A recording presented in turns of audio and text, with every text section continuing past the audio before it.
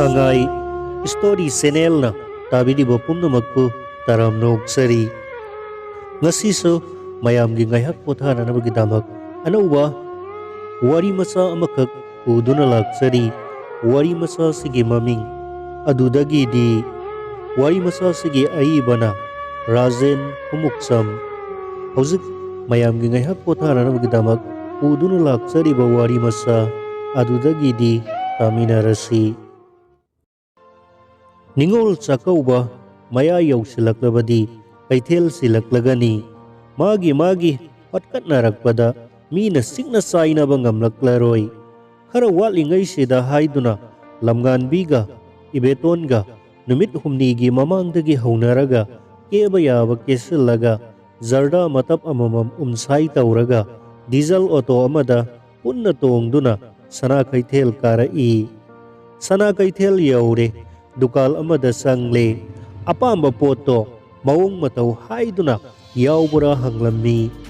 Yauri haiduna pot tamba yauri baduna mathang puthorai. Ama puthorai pamde ama puthorai khoidade ama yengi mamal taruraga yamali mahai atopa ama puthorai. Sidi phatmandreda nangsu hek mahai tawpham khangkidre pot tamba yauriba nupa masado. Ngasidi hulam kha fatabana haukhibara natraga laibak sa tinadaba haibado oiribara khanpham thokte. Dukandagi thorakle atopa dukal amada muksangle sidasu adu mangai sap manai. Ipa ipugi ahumlak haiduna mathang dukal amada sangle. Handakti dukan phamlibado khara haisingbagum tawi. Wangang wahay watasu khara nokningba taningba ama mangonda yaubagum tawi. Yamna wang badagina yamna tabo fauba adudagi mayay oirap taubasu puthoktana ulai.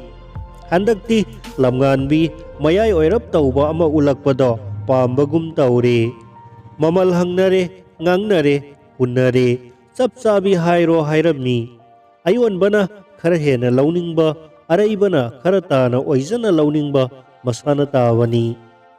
Tauga taganuga yaiga yadega launingbaga piningdabaga ngangnabada oire kaithelna nilibase. Fana kuina taknaraba matungda pamda sana sasinarage thorakpada poyon badusu manglaga mang tonglaga tong namduna pirage matagum laukro sendongdadi yaudrabani ko haiduna khudang paiduna phade haibata khakna thatlaga hairakhi. Asomna mamal lepna raduna paisa thirage haiduna sega da yaliba khawado lauthaduna mangda thamlaga paisa loktokke yenglubadadi phana ningthina maduna yenglabasu khaw manungda paisa mayom thengnadre. Lamnganbi soilawi paisa thibada mafi marol adusu ik higtharakle.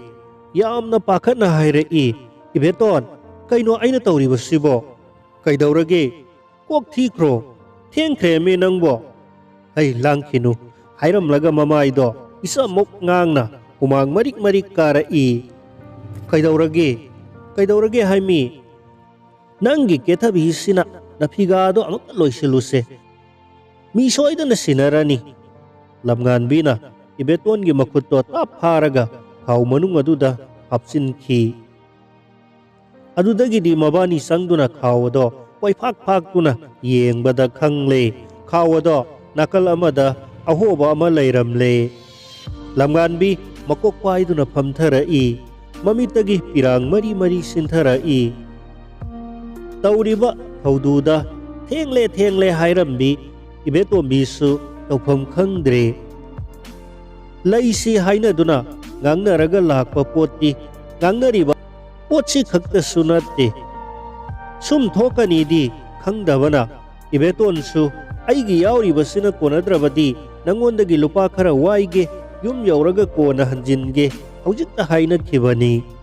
Poyon badusu makoinigi mataudo yengbada nungaitre mataudu yengbada nungaite haidunasu karamna lemna di pithoklugani.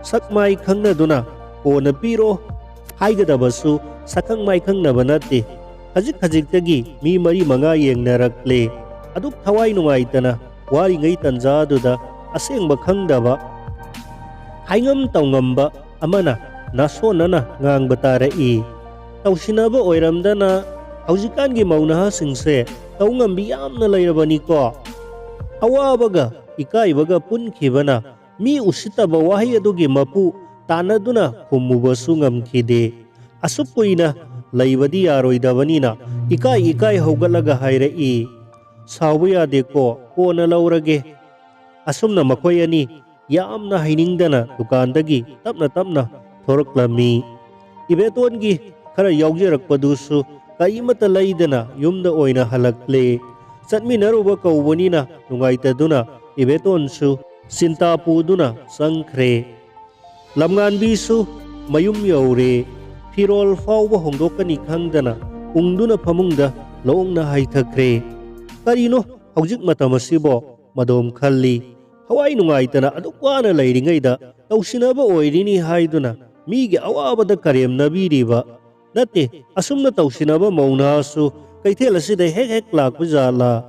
ꯄꯩꯁꯥ ꯃꯥꯡꯍꯧꯕꯒꯤ ꯅꯨꯡꯉꯥꯏꯇꯕꯗꯤ ꯂꯥꯏꯕꯨ ꯂꯥꯏꯔꯗꯅ ꯆꯦꯛꯁꯤꯟꯗꯕ ꯇꯥꯕꯒꯤ ꯃꯤꯅ ꯎꯁꯤꯠ ꯊꯑꯣꯏꯗꯅ ꯉꯥꯡꯂꯛꯄꯗꯣ ꯄꯥꯎꯈꯨꯝ ꯄꯤꯔꯝꯕ ꯉꯝꯈꯤꯗ꯭ꯔꯕ꯫ ꯑꯁꯨꯝ ꯈꯜꯂꯨꯔꯒ ꯏꯀꯥꯏꯕ ꯑꯃꯅꯁꯨ ꯆꯩꯅꯥ ꯍꯥꯞꯂꯛꯂꯝꯃꯤ꯫ ꯀꯌꯥꯝ ꯀꯨꯏꯅ ꯑꯁꯨꯝꯅ ꯂꯩꯔꯨꯔꯕꯅꯣ ꯈꯪꯗꯦ꯫ ꯆꯤꯡꯈꯩꯅ ꯀꯧꯔꯛꯄꯗ ꯃꯁꯥꯗꯣ ꯈꯪꯄ꯭ꯔꯦꯛ ꯈꯪꯈꯤ꯫ ꯆꯤꯡꯈꯩꯗꯤ ꯀꯥꯕꯛ ꯆꯥꯎꯕ ꯉꯥ ꯑꯃꯒ ꯀꯔꯤꯅꯣ ꯈꯔꯒ ꯃꯈꯨꯠꯇ ꯌꯥꯜꯂꯗꯨꯅ ꯃꯣꯃꯣꯟ ꯇꯧꯅ ꯃꯣꯟꯗꯥ ꯌꯥꯝꯅ ꯅꯨꯡꯉꯥꯏꯅ ꯆꯪꯂꯛꯏ꯫ ꯏꯃꯨꯡꯗ ꯃꯃꯥꯡꯗ ꯑꯃꯨꯛꯇ ꯇꯧꯗꯕ ꯃꯑꯣꯡꯗ ꯃꯥꯒꯤ ꯅꯨꯄꯤꯅ ꯐꯃꯨꯡꯗ ꯍꯤꯞꯇꯨꯅ ꯂꯩꯔꯝꯕꯗꯣ ꯎꯕꯗ ꯍꯥꯏꯔꯛꯏ, ꯍꯥꯏ, ꯀꯩꯗꯧꯔꯦ? ꯅꯁꯥ ꯉꯝꯗ꯭ꯔꯕ꯭ꯔꯣ? ꯂꯝꯉꯥꯟꯕꯤꯅ ꯌꯥꯝꯅ ꯍꯩꯅꯤꯡꯗꯅ, ꯀꯩꯁꯨ ꯇꯧꯗꯦ ꯍꯥꯏꯔꯒ ꯍꯧꯒꯠꯂꯛꯇ꯭ꯔꯤꯕꯅ ꯀꯔꯤꯒꯤ? ꯀꯩꯊꯦꯜ ꯆꯠꯂꯨꯕꯗꯨꯗ ꯋꯥꯃꯟꯈꯤꯗꯨꯅ ꯉꯥꯏꯍꯥꯛ ꯁꯨꯝ ꯍꯥꯏ, ꯃꯐꯤ ꯃꯔꯣꯜ ꯐꯥꯎꯕ ꯑꯃꯠꯇ ꯍꯣꯡꯗꯣꯛꯇ꯭ꯔꯤꯅꯦꯁꯦ, ꯇꯞ ꯇꯥꯅꯁꯨ ꯀꯦꯔꯤꯅꯦ꯫ ꯋꯥꯔꯁꯨ ꯅꯐꯤ ꯅꯔꯣꯜꯗꯨꯗꯪꯗꯤ ꯍꯣꯡꯗꯣꯛꯂꯒ ꯅꯤꯡꯊꯤꯅ ꯄꯣꯊꯥꯕ ꯌꯥꯗ꯭ꯔꯥ ꯍꯥꯏꯃꯤ ꯅꯪꯕꯣ? ꯁꯦ, ꯉꯥꯖꯥꯎ ꯑꯃ ꯂꯩꯔꯛꯄꯅꯤ, ꯍꯥꯎꯅ ꯊꯣꯡꯉꯨ, ꯈꯔ ꯑꯃꯅ ꯇꯥꯎꯊꯣꯛꯂꯒ ꯑꯣꯏꯅ ꯊꯝꯃꯨ, ꯑꯩ ꯐꯤ ꯍꯣꯡꯗꯣꯛꯂꯒ ꯁꯦꯝꯕꯤꯔꯛꯂꯒꯦ, ꯍꯧꯒꯠꯂꯨ꯫ ꯂꯝꯉꯥꯟꯕꯤ ꯃꯐꯤ ꯍꯣꯡꯗꯣꯛꯏ, ꯑꯗꯨꯕꯨ ꯃꯁꯥꯗꯣ ꯇꯔꯪ ꯑꯃꯗꯤ ꯑꯗꯨꯝ ꯆꯠꯂꯤ꯫ ꯍꯩꯅꯤꯡꯗ ꯆꯥꯛꯈꯨꯝ ꯆꯪꯗꯨꯅ ꯆꯥꯛ ꯊꯣꯡꯅꯕ ꯁꯦꯝ ꯁꯥꯕ ꯍꯧꯒꯠꯈ꯭ꯔꯦ꯫ ꯆꯤꯡꯂꯦꯟ ꯉꯥ ꯁꯦꯝꯕ ꯂꯣꯏꯔꯗꯨꯅ ꯄꯨꯁꯤꯜꯂꯛꯂꯒ ꯍꯥꯏꯔꯛꯏ, ꯇꯤꯜꯍꯧ ꯆꯅꯝꯗꯤ ꯅꯪ ꯑꯗꯨꯝ ꯁꯦꯝꯖꯍꯧꯔꯣꯀꯣ, ꯑꯩꯗꯤ ꯆꯥꯛ ꯂꯣꯏꯕ ꯉꯥꯏꯕ ꯑꯣꯏꯅ ꯉꯁꯥꯏ ꯂꯣꯏꯁꯤꯜꯂꯝꯕ ꯉꯝꯂꯝꯗ꯭ꯔꯕ ꯊꯕꯛ ꯑꯃꯠꯇ ꯂꯣꯏꯁꯤꯜꯂꯨꯈꯤꯒꯦ ꯍꯥꯏꯔꯝꯂꯒ ꯊꯣꯡꯒꯥꯜꯂꯣꯝꯗ ꯊꯣꯛꯈꯤꯔꯝꯃꯤ꯫ ꯊꯕꯛ ꯂꯣꯏꯔꯗꯨꯅ ꯆꯤꯡꯂꯦꯟꯅ ꯍꯟꯖꯤꯜꯂꯛꯄꯗꯨꯁꯨ ꯂꯝꯉꯥꯟꯕꯤ ꯏꯍꯩ ꯍꯩꯅꯤꯡꯗꯅ ꯅꯍꯥꯟ ꯃꯈꯩꯒ ꯏꯃꯥꯟ ꯃꯥꯟꯅꯗꯕꯒꯨꯝ ꯇꯧꯅ ꯂꯩꯔꯝꯈꯤ꯫ ꯃꯈꯨꯠ ꯃꯁꯥ ꯅꯤꯡꯊꯤꯅ ꯍꯥꯝꯗꯣꯛꯂꯒ ꯐꯗꯤ ꯑꯃꯅ ꯇꯩꯊꯣꯛꯅ, ꯀꯗꯥꯏ, ꯂꯣꯏꯗ꯭ꯔꯤꯕ꯭ꯔꯣ? ꯌꯥꯗ꯭ꯔꯤꯕ꯭ꯔꯥ ꯑꯩꯒꯤ ꯆꯥꯛ ꯄꯤꯔꯛꯂꯣ ꯍꯥꯏꯔꯒ ꯅꯤꯡꯊꯤꯅ ꯈꯣꯡꯒ꯭ꯔꯥꯏ ꯆꯟꯗꯨꯅ ꯐꯝꯂꯒ ꯃꯣꯃꯣꯟ ꯇꯧꯅ ꯀꯔꯤꯒꯨꯝꯕ ꯈꯔ ꯇꯝꯅꯤꯡꯕꯒꯨꯝ ꯆꯥꯛ ꯄꯤꯔꯛꯄ ꯉꯥꯏꯔꯤ꯫ ꯃꯥꯒꯤ ꯆꯥꯛ ꯄꯤꯔꯛꯂꯕꯗ ꯈꯣꯊꯗꯨꯅ ꯃꯍꯤ ꯈꯔ ꯍꯩꯔꯒ ꯉꯥ ꯃꯇꯨꯝꯗꯣ ꯑꯃ ꯑꯅꯤ ꯂꯧꯊꯔꯗꯨꯅ ꯐꯖꯔꯕ ꯆꯈꯣꯝ ꯑꯃ ꯍꯨꯛꯂꯕ ꯃꯇꯨꯡꯗ ꯍꯥꯏꯔꯛꯏ, ꯑꯥꯏ, ꯍꯥꯎꯏꯅꯦꯍꯦ, ꯅꯪꯒꯤꯁꯨ ꯄꯨꯊꯣꯔꯛꯑꯣ, ꯆꯥꯔꯔꯣ ꯂꯥꯎꯗꯅ꯫ ꯑꯩꯗꯤ ꯍꯥꯏꯔꯝꯂꯒ ꯊꯣꯛꯈꯤꯒꯦ ꯇꯧꯏ꯫ ꯉꯥꯏꯈꯣꯅꯦ, ꯂꯥꯛꯈꯣꯅꯦ ꯅꯪꯕꯣ, ꯅꯁꯥꯗꯨ ꯏꯍꯩ ꯍꯩꯅꯤꯡꯗ꯭ꯔꯤꯕꯗꯣ ꯀꯔꯤꯒꯤꯅꯣ? ꯉꯁꯤꯒꯤ ꯉꯥꯁꯦ ꯀꯗꯥꯏꯗꯒꯤꯅꯣ? ꯀꯌꯥ ꯄꯤꯔꯛꯏꯕ? ꯑꯃꯠꯇꯒ ꯍꯪꯗ꯭ꯔꯤꯕꯁꯤꯕꯨ ꯀꯔꯤꯒꯤꯅꯣ?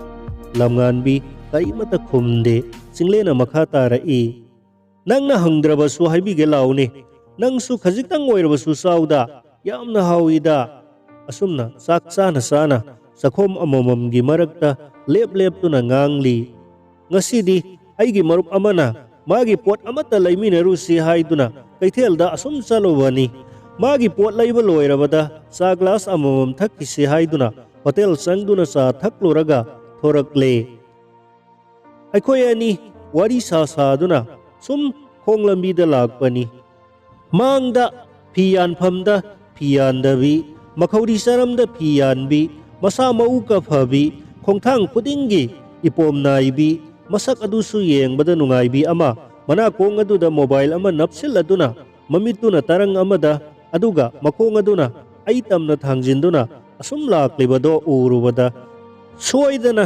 thenglu laklurabadi aina aranba taaduna mayam changduna phuraklabadi natai saroi haiduna ma hendokheba ngaiduna khara thairap leiringaini aigi maruptudi aingondagi khongkap khara hengatkhre mabu kadai yaukrabagi yengluraga hantharakpada karigumba masa nanba mayo masa ama amotpa marak aduda taaduna leiba urai asuk kungna chaliba miyam asina mabu karigi khungat pidriba amuksu khalli adudagidi aina laibak yenglage haiduna khulakpagi wani se wari edo taabada lamnganbi masado mamit mana khara singlakpagum tawrai singlena makha tarai adudagidi